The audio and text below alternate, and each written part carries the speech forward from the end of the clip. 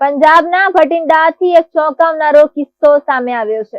વિગતો મુજબ અહીં આદેશ મેડિકલ યુનિવર્સિટીના પાર્કિંગમાં એક કારમાંથી એક યુવતીનો મૃતદેહ મળી આવ્યો છે। મૃતક લુધિયાણાની રહેવાસી છે। તે સોશિયલ મીડિયા પર પોતાના વિવાદાસ્પદ નિવેદનો અને પ્રવૃત્તિઓ માટે પ્રખ્યાત રહી છે। પોલીસે આ કેસની તપાસ શરૂ કરી દીધી છે।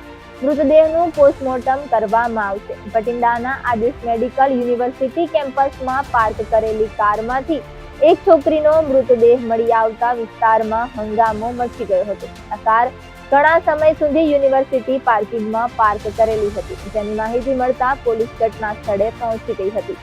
જ્યારે કારનો દરવાજો ખોલવામાં આવ્યો ત્યારે અંદર છોકરીનો મૃતદેહ પડેલો જોવા મળ્યો। કમલ સોશિયલ મીડિયા પર ખૂબ જ સક્રિય હતી। તેના લાખો ફોલોવર્સ પણ હતા। તે ઘણા વિવાદોથી પણ ઘેરાયેલી હતી। તેની ઘણી પોસ્ટ અને વિડીયો ચર્ચામાં રહ્યા છે, જેના કારણે તેના ઘણા લોકો સાથે મતભેદ હતા। પોલીસ આ દ્રષ્ટિકોણથી પણ તપાસ કરી રહી છે કે શું આ ઘટના કોઈ દુશ્મનાવટ કે સાયબર વિવાદને કારણે બની છે।